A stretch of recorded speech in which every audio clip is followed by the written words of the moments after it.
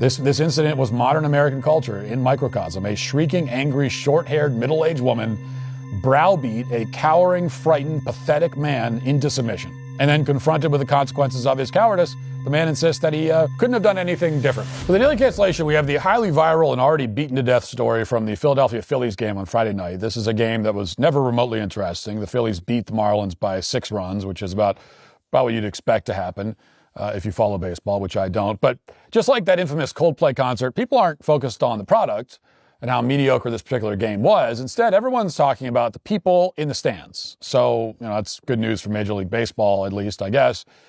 Now, in case you somehow haven't seen the footage from the Phillies game that has gone massively viral, put it up on the screen. There's no audio here, so I guess I'll narrate the events that unfolded as enthusiastically as I can. So there's a home run ball. It bounces around in the stands for a bit, and a few people are trying to grab it. And then a man runs in, takes the ball as it's lying in the aisle, and then runs it back to his son, and he places the ball in his son's mitt, apparently as an early birthday present. But it doesn't last there for very long. A woman runs in, barks at the man, looks very alarmed and frankly terrified. And he quickly takes the ball out of his son's mitt and then hands it back to the woman with an effeminate hand gesture telling her to, be gone. And the child looks perplexed and frustrated, understandably. Now, and that's the video. And this incident follows similar drama at the U.S. Open, where an adult apparently took a tennis player's hat from from a boy, leading half the internet to dox the man and threaten to murder his entire family, which is obviously a proportionate response. You take a hat and you should be villainized across the globe and have to move. You should have to move to a new home because you took a hat. And in the case of the Phillies game, as you can imagine, the same script played out. The woman became the villain. Mobs of online vigilantes doxed her. Or tried to anyway. At least they doxed someone who looked like her. They reportedly identified the wrong person, though. Just like Reddit falsely identified the Boston Marathon bombers, the internet of 2025 went all in on some random lady in Boston. According to the New York Post, Cheryl Richardson Wagner has been roasted online as the heartless Phillies fan caught on viral video throwing a stadium-sized tantrum at Lone Depot Park in Miami, bullying dad Drew Falwell into turning over a home run ball that he gave to his young son, whose name is Lincoln. However, the crazed woman falsely claimed the ball, hit by Westchester County native Harrison Bader, was rightfully hers, earning widespread condemnation online over the past 2 days. Footage even showed her flipping the bird to fans who booed her at the game. But the woman's identity remains a mystery, and Richardson Wagner said it's definitely not her. Okay, everyone, Cheryl Richardson Wagner posted on Facebook on Saturday, "I'm not the crazy Philly mom, but I sure would love to be as thin as she is and move as fast. And I'm a Red Sox fan." Close quote. Now, the detail about the woman flipping off the crowd is admittedly entertaining. So she didn't just take the ball from the kid. Apparently, she also told everyone to go F themselves. It's enough to make you wonder if this woman in the New York Post story is lying about her identity. After all, she has every incentive to deny being the woman in the video. Plus adding in the little, humble brag detail about, I don't know who that woman is, but man, she's really thin. I don't know who that thin, beautiful woman is. It's definitely not me. But no, according to the New York Post, they are definitely two completely different people. The school district, which employs the woman who was falsely identified online as a culprit, has confirmed it. So safe to say this is not the person. In any event, whatever her actual name is, the woman is predictably being called a Karen because she's white, and racial slurs are fine to use against white people. And meanwhile, MLB has sprung into action. They gave the kid a gift basket, had him meet the Phillies team, and he got a signed bat and a bunch of other swag and stuff. It's a story that pretty much is custom made for shows like Good Morning America, as viewers weigh in on whether the man should have taken the ball or not, even though obviously he had every right to take it since it was in the aisle. That's the way these things work. But contrary to what the 10,000 outlets covering the story would have you believe, this whole ordeal isn't actually a completely meaningless event. Now, to be clear, it is a completely meaningless event by itself.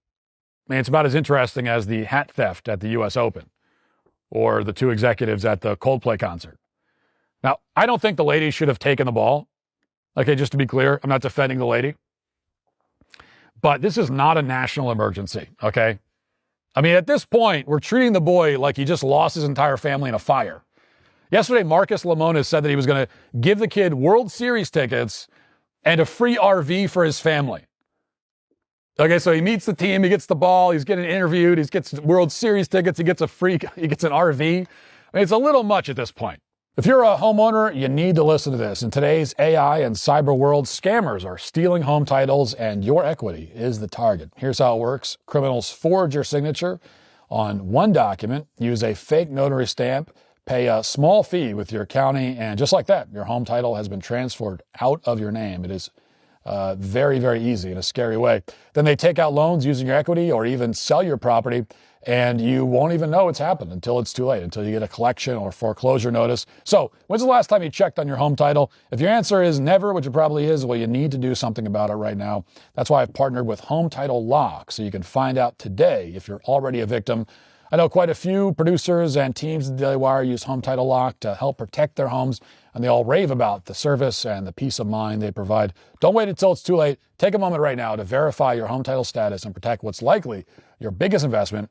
Use my promo code Walsh at HometitleLock.com. You'll get a free title history report and a free trial of their $1 million triple lock protection, which includes 24/7 monitoring of your title, urgent alerts to any changes, and if fraud does happen, they'll spend up to $1 million to fix it. Don't be a victim. Protect your equity today. Go to HometitleLock.com. Use promo code Walsh. That's HometitleLock.com, promo code Walsh. Next thing we know we're gonna have like the flags at half-mast. There's going to be a period of national mourning over the lost baseball.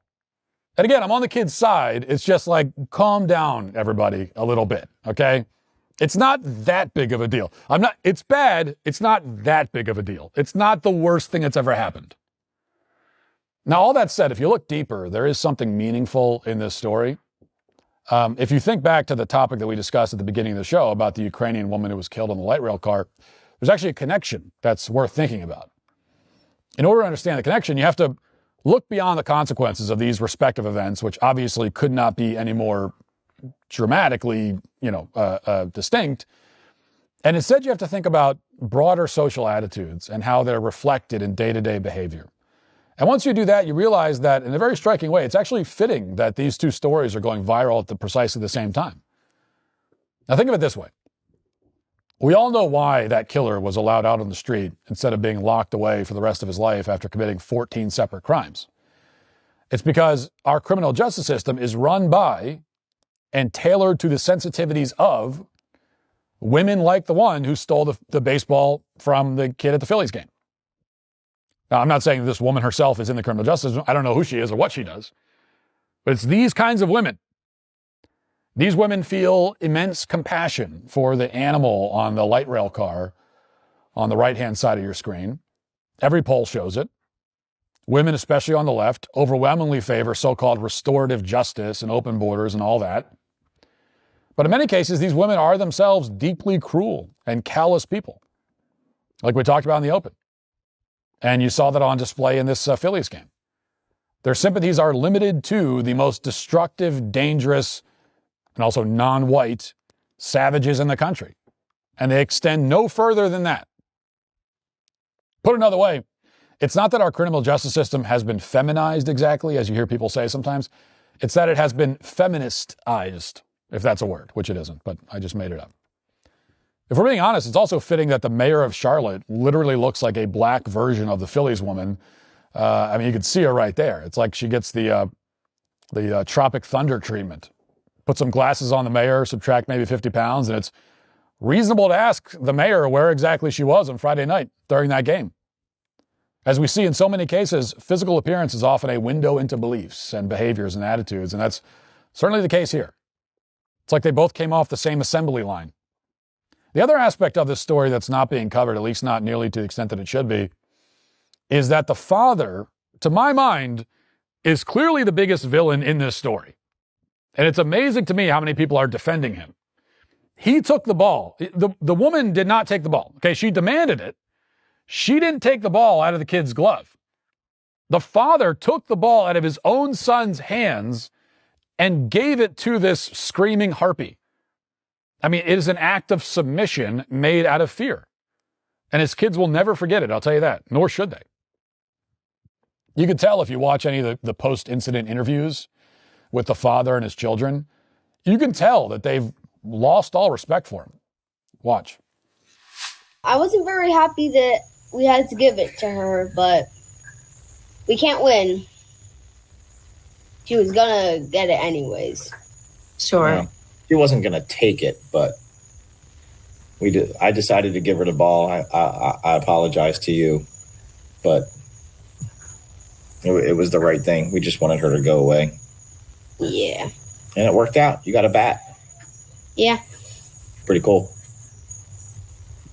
She was very, very, very close. And I'm dad of the family, so I didn't want to do something I'd regret. And that was the choice I made, is to just hand the ball back and tell her, go away.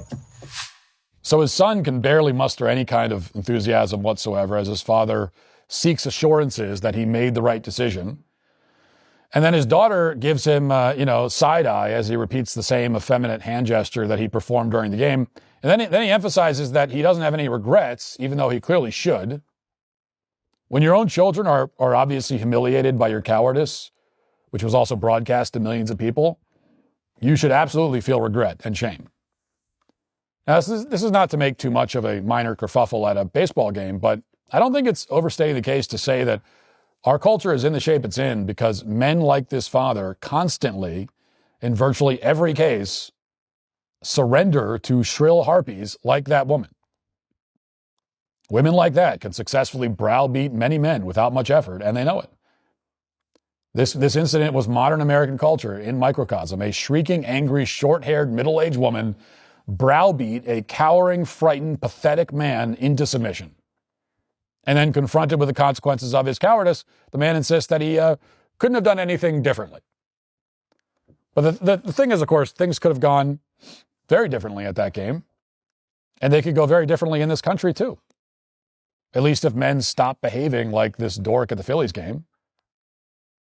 And this is why the woman who stole the baseball and also the father who allowed her to steal it are both today canceled. If you'd like to see what else I have to say, you can access my full show by going to dailywire.com or by going to the Matt Walsh Show Twitter page. Hope to see you there. Godspeed.